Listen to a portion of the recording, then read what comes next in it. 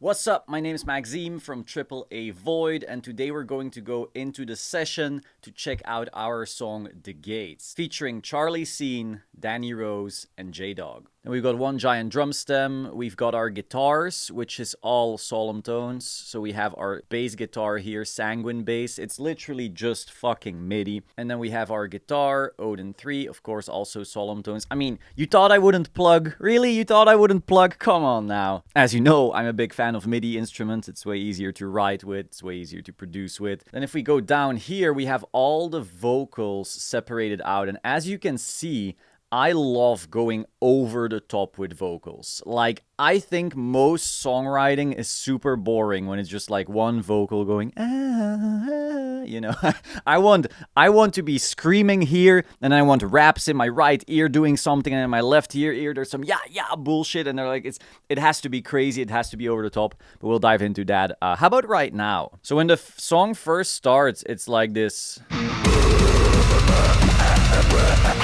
So a lot of things instantly going on. Like you saw in our other video, basically going through the song, we really wanted the whole song to instantly punch you in the face. You know, I'm very inspired by Bring Me the Horizon. Pray for Plagues. The first time you listened to that, it was just instantly like, blah,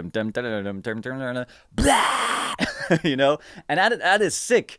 Because, like, you can be on your iPod Touch back then or your iPhone now, and if you're on shuffle, that song comes on, before you can put it on stop, you will have screaming, you know, blaring through your ears. And so we wanted to do the same thing here, you know. If this is on a playlist, it randomly comes up, blah, instantly. Now, that wasn't enough, because I also really like synths that are like saw-like. And this synth was actually made by Arno. Basically, I told him, look, I really like when a synth goes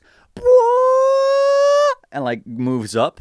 Because in you see Big Girl in Attack on Titan. I don't know if you remember. Spoiler alert for Attack on Titan Season 2 here. Came out so long ago, though. The transformation of Bertold and Reiner, the song that then plays in the background. It's by Hiroyuki Sawano. It's named You See Big Girl. And the most eerie, most epic moment is when there's these saws going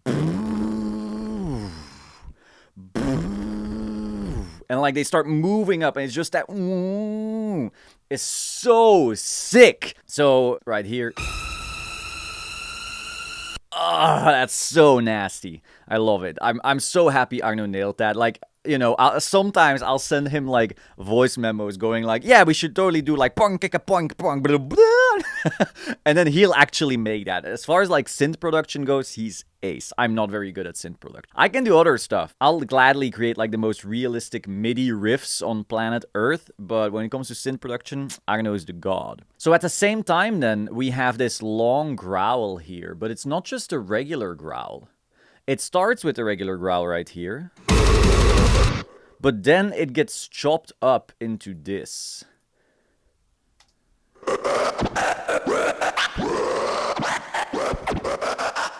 And what's interesting about that is, if you listen closely, this isn't just a regular glitch. Because like in 2010 metalcore, Attack Attack, Asking Alexandria, Icy Stars, you know, all of that Joey Sturgis era metalcore, you would often have glitched vocals, right? But these aren't just glitches, these are actually scratches. So this is straight up like a vinyl table scratching the growl. So it's like a little bit of a Linkin Park vibe there, you know?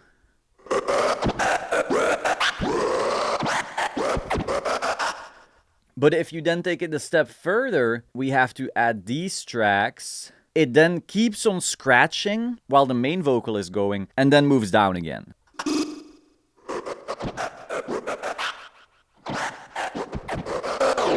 Hell yeah. But then after this scratches downward, it then gets the big epic orchestra. And a lot of this is thanks to Joost from Sandlane, who has worked on like Epica, Powerwolf, Blackbriar, Sabaton. You know, all of these giant European orchestral bands usually go to Joost. And while we're nowhere near in that genre, obviously, like we're not making power metal, we're not making like symphonic metal a la, you know, I mean, Epica with In Temptation Nightwish, that kind of stuff. We're not that. I still really wanted that orchestral mastery in our songs. Because I feel like a lot of metalcore, when it tries to use orchestra, it's very clearly written by someone who does not know how to write orchestra. We really didn't want that. We wanted the real deal.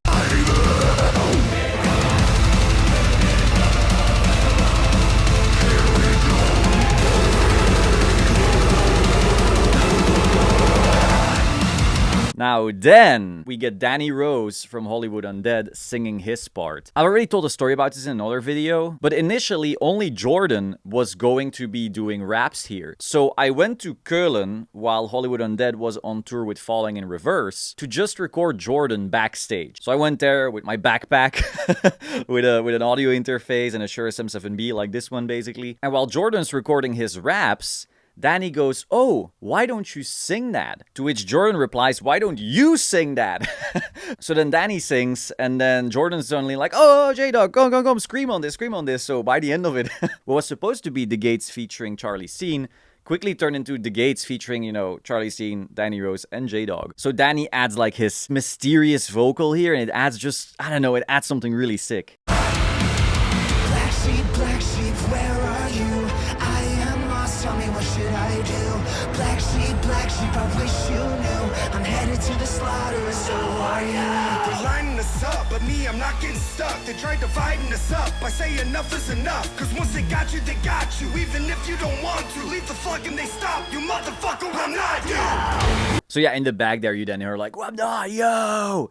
J-Dog didn't add that many screams. I think it was like 2 sentences or something like that. But it's still like, you know, completed the picture, let's say. And like, I really need to reiterate this. All these vocals were backstage. So whenever someone tells you like, "Oh, you can't be making great music without, you know, the best room and the best this and the best that," one microphone, this one, which I know is a little pricey, going into a $100 audio interface backstage in an untreated room with awful acoustics, you know, just echoes everywhere. And then some people from bands and crew and so forth fucking around in the same room, not literally fucking, obviously, or maybe, no, but like, you know, making noise and everything. So not a great environment at all to be doing this kind of stuff. In theory, still created sick tracks. So if anyone's telling you you can't make music, you know, in an unideal environment, fuck them, you know, make your music. It is possible. So then we move into what is the chorus. I don't know. The way we see it, it's like it's chorus and then climax.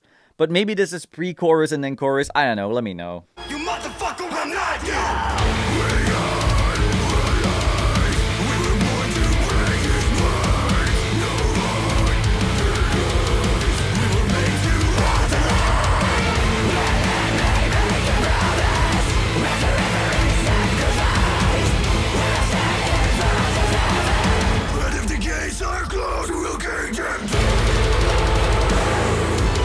So then we get like this moment of silence, and if the gates are closed, we will kick them. And then the whole orchestra hits in. This is my favorite part, you know, like at first this was just going to be a little kid singing, like we had to.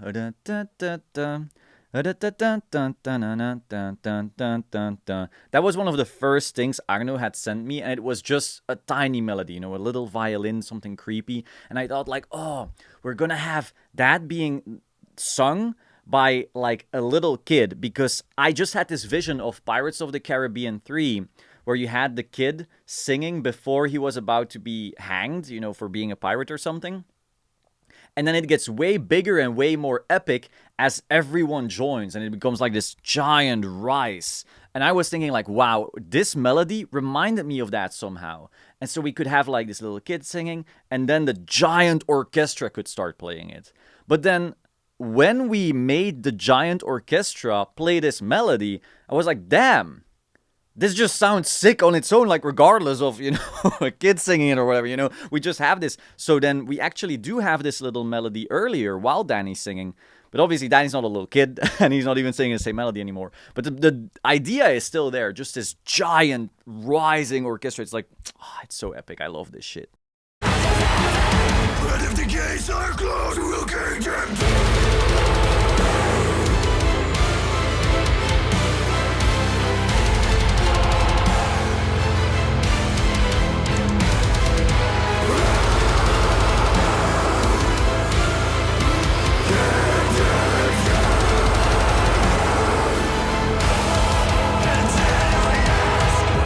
Now, another thing I want to talk about right here is in terms of production. You know, like, okay, we have a bunch of vocal layers, right? Like, if anyone's ever telling you, like, oh, we're just going to do one growl, you know, just one big growl, all natural. Nah, fuck no, we're not doing natural. Natural is lame. I will cheat however much I have to make the sickest song. That being said, if you, like, suck at doing screams or growls, nothing will ever fix that. You know, if you can just do there's no plugin on the world that fixes that being shit, and there's no amount of layering that fixes that being shit. That being said, if you want to make something good, fucking insane, you absolutely can. So that's why we have all these layers. Also, I mean, these vocals need to be competing with guitar, drums, bass, and orchestra. So it's very hard to make it all cut. So, you know, these layers were absolutely necessary. But one thing you will see here is I also have like these extra tracks of noise. For example, here, I noticed I always cut away all my breaths. I hate how in screams, when you breathe, they then get compressed by the compressor. And it's like, and I was like, fuck that shit. So I then recorded my breaths and like noises before the screams separately.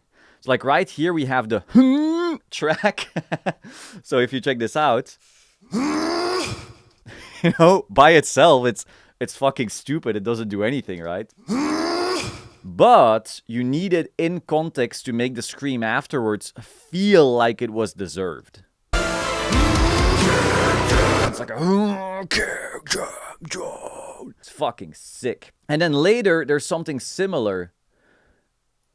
We have this, like, word, I think it's like, and then I asked. But it came out of nowhere without a breath. And so I was like, well, I cut away my breath, but what if I add a new breath? Because, you know, when you're in the moment, you're in the studio, you're vibing, you're trying to do whatever it takes to get the right take. But maybe you don't have the right breath, you know? So sometimes it's like, but doesn't sound good. You don't want on your track. So you cut all that shit out, and then you record the exact breath you want. So right here, I then recorded a separate breath. Check this out. I don't even know if you can hear that. I don't know if that's being picked up. It's just like... I love this kind of shit. This is literally what I will spend my time on. I will record like 10 breaths, and then I will choose the best breath. So then after the climax, we move into some of my rapping. And the cool thing is, like, I've done solo stuff before that was just metalcore, and I'm very comfortable with metalcore, just, you know, screaming. I've screamed for over 10 years now. But rapping... You know, that was tough. So I had to do I get to look really deep. You know, there's some rap tracks that I love. I love like Can Be Touched and all these early 2000s like hip hop that was really like, yeah, fuck. But yeah, I had to really dig deep for that. I think it came out pretty fucking sick though. But beyond that, I mostly listen to rap inside metal already. You know, like Linkin Park, Falling in Reverse, Hollywood Undead. I remember playing World of Warcraft as an addicted teenager while listening to Hollywood Undead. So this is like a really cool everything coming together moment for me.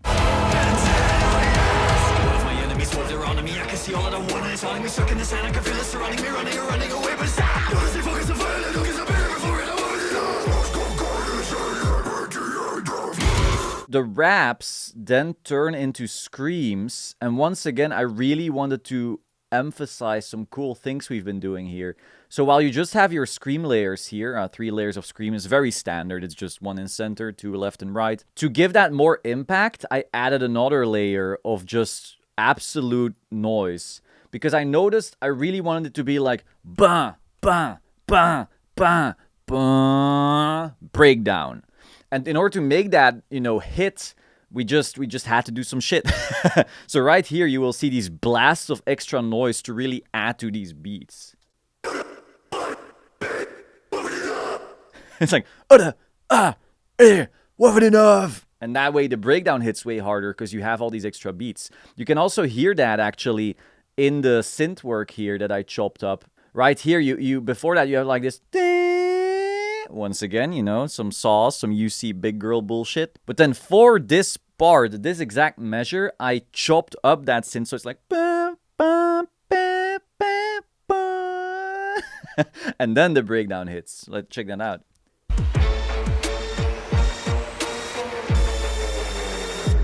Breakdown. That shit is so hard.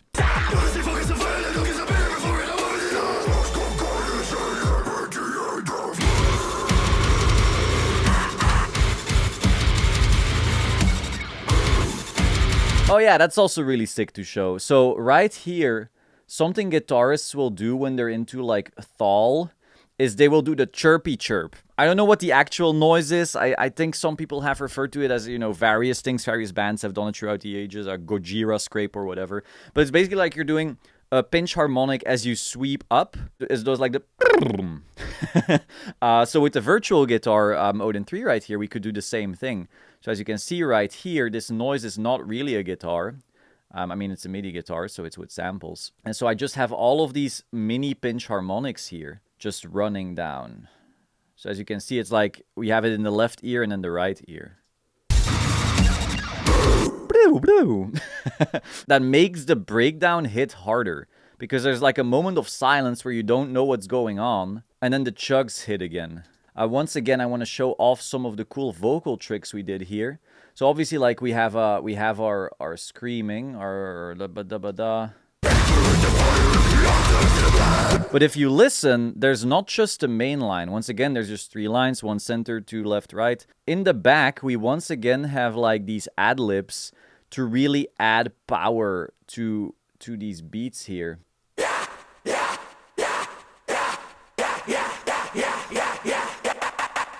Yeah, and then chopped up and shit. I mean, I don't give a fuck about how realistic it is. This is going to be mixed so low anyway, but it's just adding atmosphere. Quickly just going to solo the original mix because the original mix hits even harder and I just want to listen to it. I really want to put some extra attention on this part. So it's like the gates off, and that's me. And then we move to Arno's scream. And I gotta say, like, even though I'm technically the primary vocalist of this band, Arno's highs are so much better than mine, and it makes me so mad. Like, whenever we're like, alright, and now we need the most disgusting, fucking, gnarly high ever, and it's just like, alright, Arno, you do it. Because I don't know, I can do, like, nasty fucking mids and solid lows, but these highs, man, my highs are, like, fine, you know, I've got highs in here, but the most disgusting ones, when you just need to, like, that's him, yeah. At the same time, by the way, here, you also once again have that coming back, and it's just like this, bone-chilling feeling.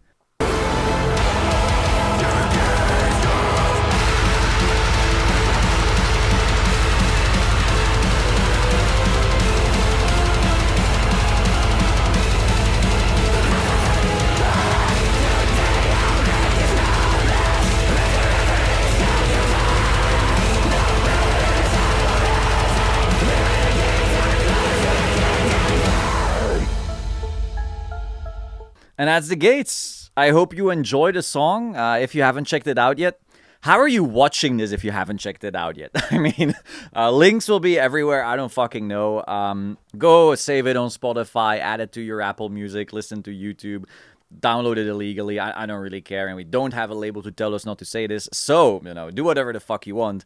Enjoy.